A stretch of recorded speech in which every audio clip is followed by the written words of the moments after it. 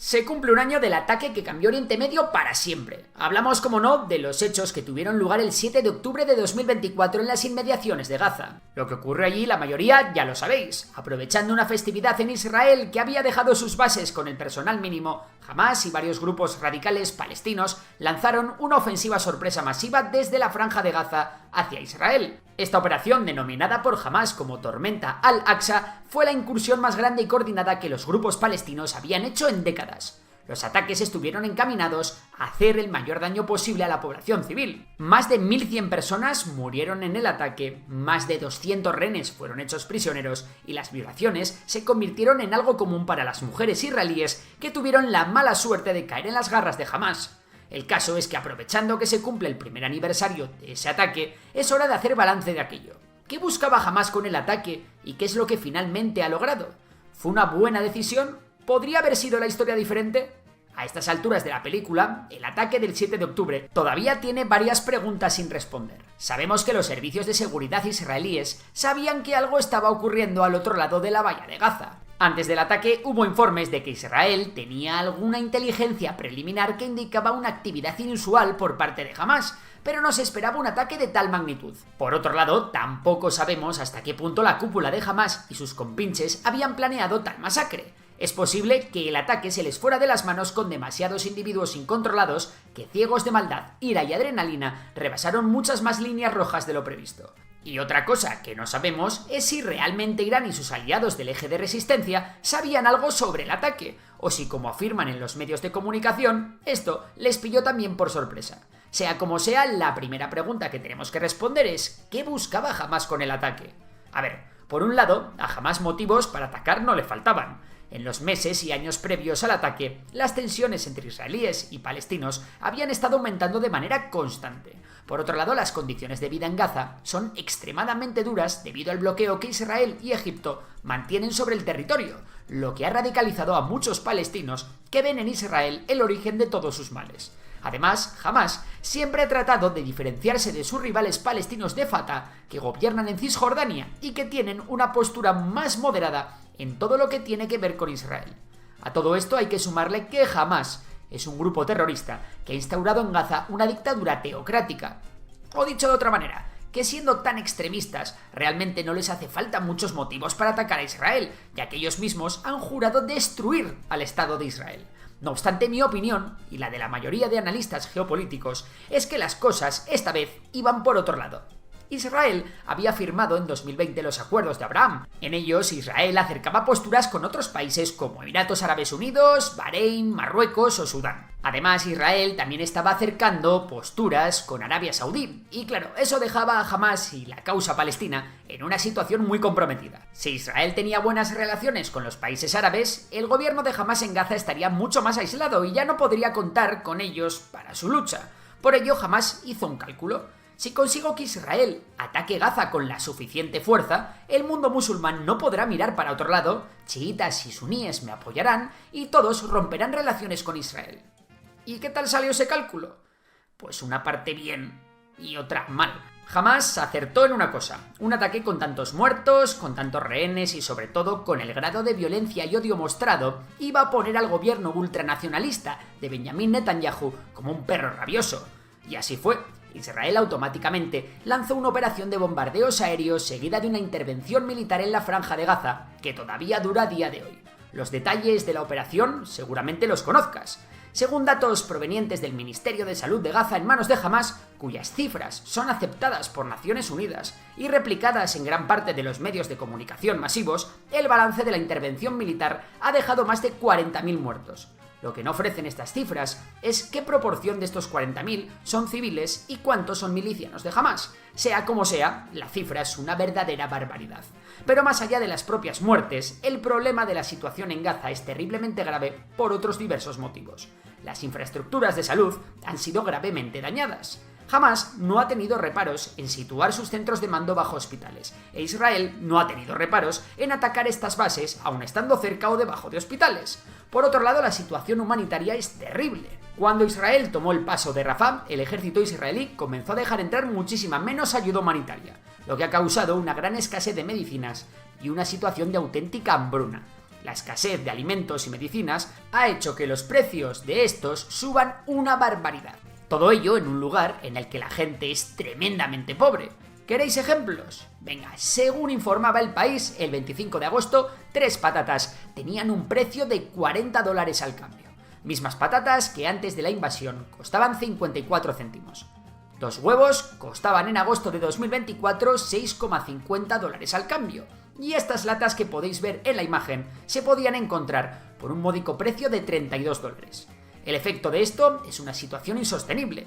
Al menos el 20% de la población de la zona enfrenta niveles extremos de hambre. El 30% de los niños de Gaza son demasiado delgados para su altura, y la tasa de mortalidad se ha duplicado respecto a los niveles promedio, superando las 2 muertes diarias por cada 10.000 personas adultas y las 4 muertes diarias por cada 10.000 niños. Vamos, que Gaza es un auténtico infierno en la tierra, en el que apenas hay comida y agua, en el que las enfermedades campan a sus anchas y en el que las bombas continúan matando e hiriendo de por vida a miles de civiles. Pero como decía, esto es algo que jamás sabía perfectamente qué pasaría cuando llevó a cabo el ataque del 7 de octubre, y más sabiendo los pocos escrúpulos que tienen los que gobiernan en Tel Aviv. El caso es, ¿sirvió el ataque para unir al mundo musulmán y reavivar la causa palestina? Pues no. A ver, a nivel mediático es cierto que el conflicto palestino ha renacido. Ha habido manifestaciones pro-Palestina por todo el mundo. No hay concierto de rock en el que no se maldiga el genocidio de Israel, y los políticos se llenan la boca hablando de solidaridad.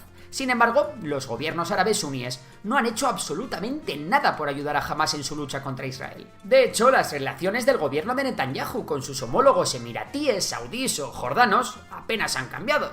De hecho, los propios jordanos colaboraron a la hora de derribar algunos misiles lanzados desde Irán que tenían como objetivo Israel. Y es que, amigos y amigas de Memorias de Pez, las cosas a veces no son tan fáciles como parecen. El acercamiento de Israel a los países árabes no se debía solo a cuestiones altruistas. Detrás de esto también había mucha panoja, dinerito, flux, parné, como lo queréis llamar. Israel es conocido por ser una potencia tecnológica y de innovación, con una economía basada en sectores como la alta tecnología, la ciberseguridad, la biotecnología o la agrotecnología.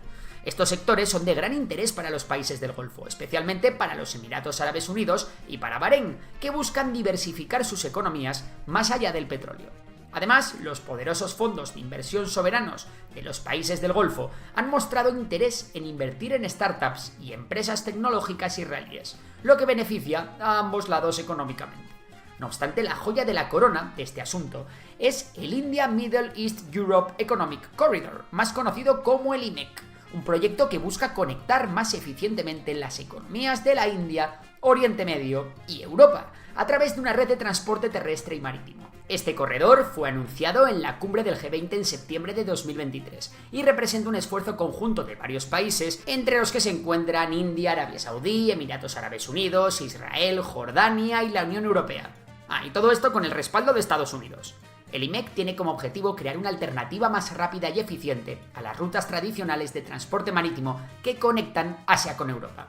En lugar de depender exclusivamente del Canal de Suez o de rutas marítimas que implican un mayor tiempo de tránsito, este corredor utilizaría una combinación de infraestructura terrestre y portuaria para reducir los tiempos de transporte de bienes entre continentes. En su forma más básica, el corredor implicaría la creación de puertos, carreteras y ferrocarriles que permitan un flujo continuo de mercancías desde India hacia los puertos del Golfo Pérsico y desde allí hacia Europa a través de Israel. Uno de los aspectos más interesantes del IMEC es que incluiría la conectividad digital y de energía, lo que lo haría no solo un corredor de transporte físico, sino también una plataforma para el comercio digital y la distribución de energía limpia entre Asia, Oriente Medio y Europa.